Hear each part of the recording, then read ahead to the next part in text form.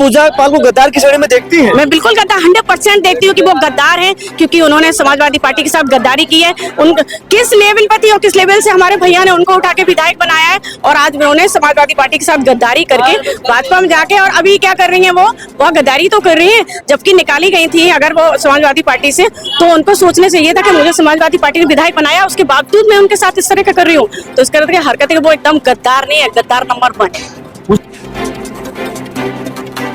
हमारे बीच जो खास मेहमान है वो जसवंत नगर की धरती से आती है। इनका नाम है संध्या यादव। बहुत ही दमदार बुलंद आवाज इनकी है। कई बार दंगल न्यूज के माध्यम से आपने इनको देखा होगा, और आज दोबारा हमारे दंगल पर जुड़ने वाली है। आज इनसे बातचीत करेंगे, क्योंकि समाजवादी पार्टी की विधायिका है जो सपा को छोड़कर भाजपा में गई। पूजा पाल बिहार में अपना जलवा बिखेरने गई तो वहां की जनता ने उनको खदेड़ा कर दिया है। संध्या यादव जी, क्या कहेंगे? आपकी पार्टी की विधायिका थी, अखिलेश यादव ने बड़ा सम्मान किया, उनको विधायक तक पहुंचाया। वो सपा छोड़कर भाजपा में चली गई, बिहार में प्रचार करने गई तो जनता ने उनका खदेड़ा कर दिया गया। क्या कहेंगे पूजा पाल को लेकर आप? मैंने देखा है, पहले तो बहुत बहुत नमस्कार आपको, और मैंने आपका देखा है ये कि जिस तरह से पूजा पाल के साथ में जनता ने किया है, क्योंकि एक बार तो खदेड़ी गई वो समाजवादी पार्टी से। अखिलेश भैया ने ऐसा खदेड़ा उनको कि वो कहीं के नहीं, धोबी कुत्ता घर का घाट का, वो वाला उनका हाल है आज की डेट में। लेकिन जिस तरह से, मुझे आप ये बताइए, जिस तरह से जब चुनाव 24 घंटे पहले बंद हो जाता है, कोई भी कैंडिडेट या कोई भी नेता वहां किसी गांव में जाके आप वोट नहीं मांग सकते, तो पूजा पाल क्या कोई ज्यादा वो है स्पेशल थी?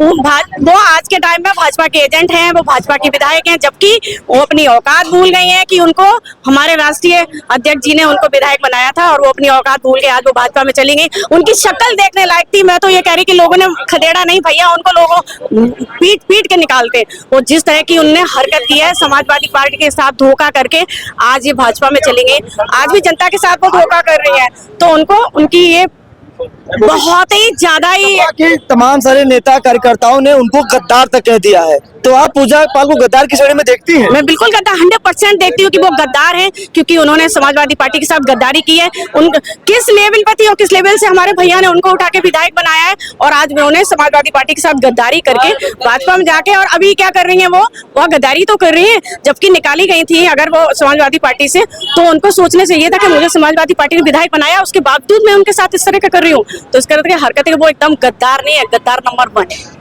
पूजा पाल। बिल्कुल एकदम पूजा पाल गद्दार है, क्योंकि वो किसी पार्टी की नहीं है, और वो किसी पार्टी की हो भी नहीं सकती है। उनका मानना कि सपा में महिलाओं का सम्मान नहीं होता है। आप सपा में हैं, उनका सम्मान नहीं है, इसलिए भाजपा में चलेगी। आपका क्या कहना है? सपा में महिलाओं का सम्मान होता है, इसलिए महिलाएं हमारी सपा में जुड़ी हुई हैं। तो पूजा पाल की कोई वो भैया है इस तरह की, क्योंकि वो उनको एक जगह टिकना नहीं है, उनको एक जगह रहना ही नहीं है। और विधायिका नहीं है क्या? और लोग नहीं है क्या? और भी लोग हैं, क्योंकि उनको सम्मान चाहिए नहीं, और जो सम्मान उनको मिलता है भाजपा से, तो वो सपा में क्यों रहेंगे? तो क्या लग रहा है पूजा पाल जिस हिसाब से चुनाव प्रचार थमने के बाद भी लगातार लोगों के बीच में जाकर वोट मांग रही थी, लोगों का मानना है कि चुनाव आयोग क्या कर रहा है? क्या कहना चाहेंगे इस पर आप? देखिए, चुनाव आयोग अभी सबको पता है, ऐसा नहीं है कि जो राहुल गांधी जी ने बोला है ना चुनाव आयोग के लिए, और वोट चोरी और ये सब चीजें बोली जा रही है, तो वो एकदम 100% सही है।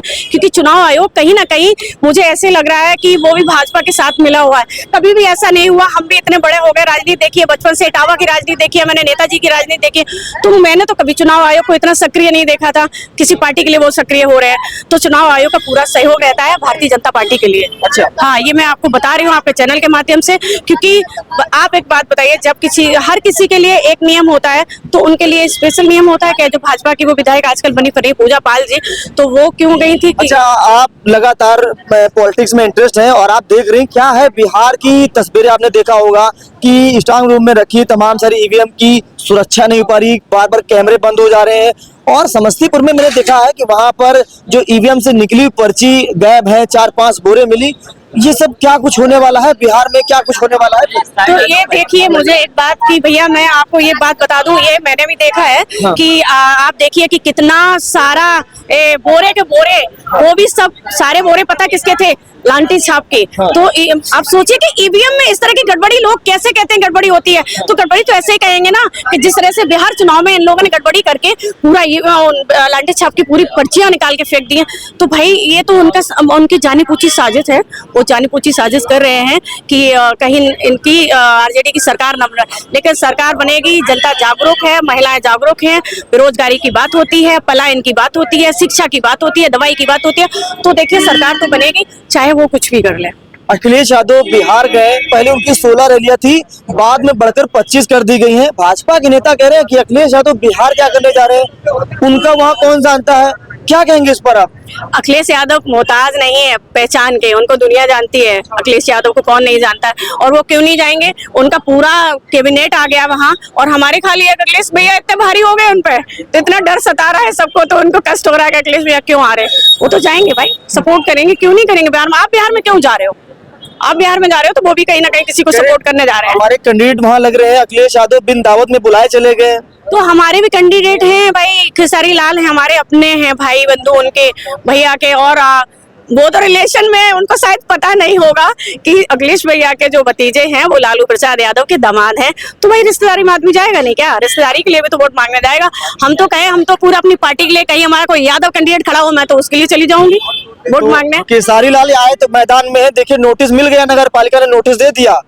क्या लग रहा है कि अब तो बुलडोजर चलने के लोग तैयारी हो रही खेसारी लाल यादव के घर पर? नहीं, देखिए उनका घर तोड़ भी दिया गया है। तो अभी मैं उनसे यही पूछना चाह रही हूँ कि क्या अभी तक, जब खेसारी लाल चुनाव में नहीं उतरे थे, कभी किसी राजनीति में नहीं आए थे, तब तो उनका अवैध नहीं था घर। तो यही उनकी बौखलाहट है भाजपा वालों की, और बौखलाहट है उनकी भाजपा वालों की कि इतने बौखलाए हुए हैं कि उनके घर तोड़ने का नोटिस दे दिया गया है। तो मैं यही बताना चाहती हूँ कि खेसारी लाल की जीत। तो अभी लोग कह रहे हैं कि अभी समय है केसारी लाल यादव भाजपा में चले जाए, कुछ नहीं होगा।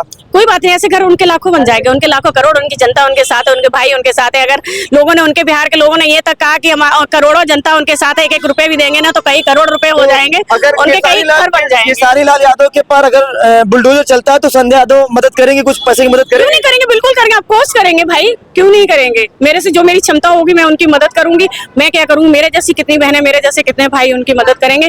देखिए खेसारी लाल इतने अच्छे नेता हैं, इतने अच्छे अभिनेता थे, वो इतने अच्छे अभिनेता हैं क्योंकि वो हमेशा पढ़ाई की, पलायन की, शिक्षा की, बेरोजगारी की बात निरहुआ करे। देखिए आप यादव समाज से, केसारी लाल यादव भी यादव हैं, निरहुआ भी यादव है, पहले सपा में रह चुके। अब यह कह रहे हैं कि ये केसारी लाल यादव यदमुल्ला है, यानी आपको भी यदमुल्ला पर एक संज्ञा दे देंगे, आप लोगों को भी देंगे यदमुल्ला की। भाई हम तो यदमुल्ला हैं, क्योंकि हमारे नेताजी मुलायम सिंह यादव जी जब मुल्ला मुलायम हो गए थे तो हम लोग भी यदमुल्ला हो गए, तो कोई फर्क नहीं पड़ता है। बहुत खुशी होती है कि ये लोग हम लोग के इस संज्ञा में रखते हैं। तो और ऐसे नाम, यदमुल्ला वाली संज्ञा को आप पसंद करते हैं? बिल्कुल पसंद करते हैं। हम किसी जाति पात को नहीं मानते, वो तो जाति हिंदू धर्म में वो बांट रहे, हम लोग नहीं बांट रहे। हमको अगर यदमुल्ला बोला है तो मुझे बहुत खुशी है कि हम यादव से यदमुल्ला बन गए, मेरे नेताजी मुलायम सिंह से मुल्ला बन गए मौलाना, तो फिर हम लोग यदमुल्ला बन गए। इस सवाल पर तमाम सारे आप ही के समाज के लोग नीचे कमेंट करेंगे कि ये देखो चले गए भाई। ठीक है, कोई अगर हमें यदमुल्ला बोल रहा है तो हमारा क्या फर्क पड़ रहा है, हम तो हैं ही, हम तो सभी जात के हैं। अगर मुझे कोई और बोलेगा ना तो हम लोग कहेंगे भैया हम तो पीडीए वाले हैं, हम तो उसी समाज के हैं, हम तो सब समाज के हैं,